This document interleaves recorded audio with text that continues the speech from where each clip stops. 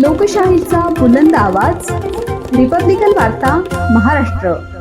पावसाळ्यात संभाव्य अतिवृष्टी, पूर परिस्थिती आणि रस्ते बंद होण्याच्या पार्श्वभूमीवर महाराष्ट्र राज्य सरकारने राशन कार्ड धारकांसाठी महत्त्वाचा निर्णय घेतला आहे। केंद्र सरकारच्या राष्ट्रीय अन्न सुरक्षा योजनेच्या मार्गदर्शनाखाली आता जून महिन्यातच जून, जुलै आणि ऑगस्ट या 3 महिन्यांचे अन्नधान्य एकत्रितपणे दिले जात आहे। या निर्णयामुळे नांदगाव तालुक्यातील हजारो लाभार्थ्यांनी राशन दुकानांमध्ये गर्दी केली असून जून महिन्याच्या अखेरपर्यंत वाटप पूर्ण करण्याचे आदेश देण्यात आले आहेत। यातील 2 महिन्यांचे राशन वितरित करण्यात आले असून उर्वरित ऑगस्ट महिन्याचे वाटप 30 ऑगस्ट पर्यंत करण्यात येणार आहे। आम्हाला शासनाकडून माहे, जून आणि जुलैचं धान्य प्राप्त झालेले आहे, तर आम्ही ते ग्राहकांना देतोय आणि 30 जूनपर्यंत आम्हाला माहे, ऑगस्टचं पण धान्य प्राप्त होण्याचे शासनाचे निर्देश आहे। ते धान्य आम्हाला प्राप्त झाल्यानंतर आम्ही त्वरित ग्राहकांना माहे, जून, ऑगस्टचं पण धान्य देऊ।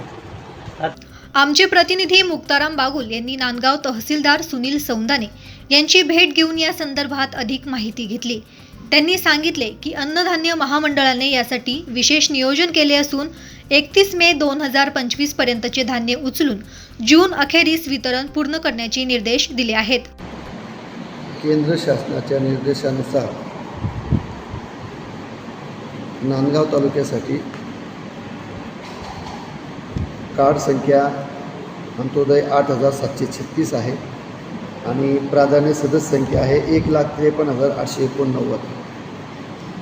आपण जिल्हा पुरवठा अधिकारी यांच्या निर्देशानुसार जून, जुलै आणि ऑगस्ट असं 3 महिन्याचं धान्य आपण एकत्र वाटप करीत आहोत।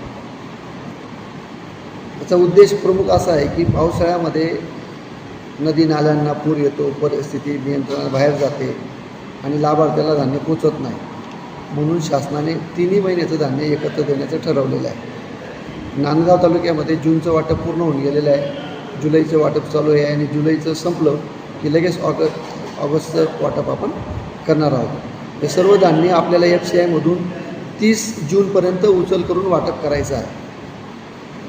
जर काही अडचण आली, ठेकेदाराचा काही हमालांची संख्या किंवा वाहन धान्य उपलब्ध होऊ शकलं नाही तर त्याची मुदतवाढ तशी दिली जाते।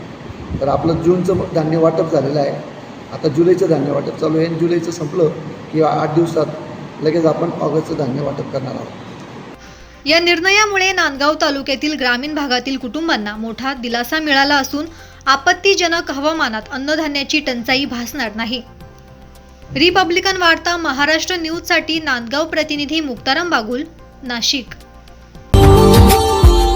Subscribe now and press the bell icon. Never miss an update.